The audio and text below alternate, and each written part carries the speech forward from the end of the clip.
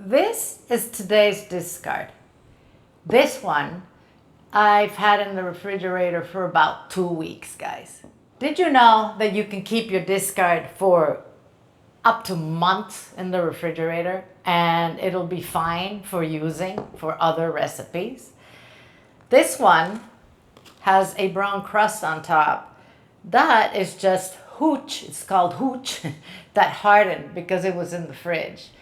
If yours just has like a liquid, which that started as, all you have to do is smell it. If it smells too strong and fermented, you can take it out, remove it. Or if it doesn't, just mix it in. It is just the alcohols in your fermentation working and producing that hooch. This one here is solid, so all I'm going to do is remove it with a spoon. As long as your discard doesn't have mold spores or pink on top of it, it is perfectly fine to use. If it does, guys, you have to throw it away. It is no longer any good. When you keep your discard, don't seal your jar so they're airtight because that'll just kill the fermentation.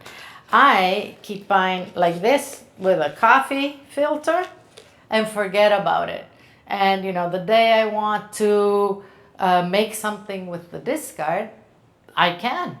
I just take it out. If it's extremely thick, I just add a little water to it. The point being, you can use this for a long time. You do not need to throw away your discard, guys. So, perfect. No dramas. I really hope this helps you.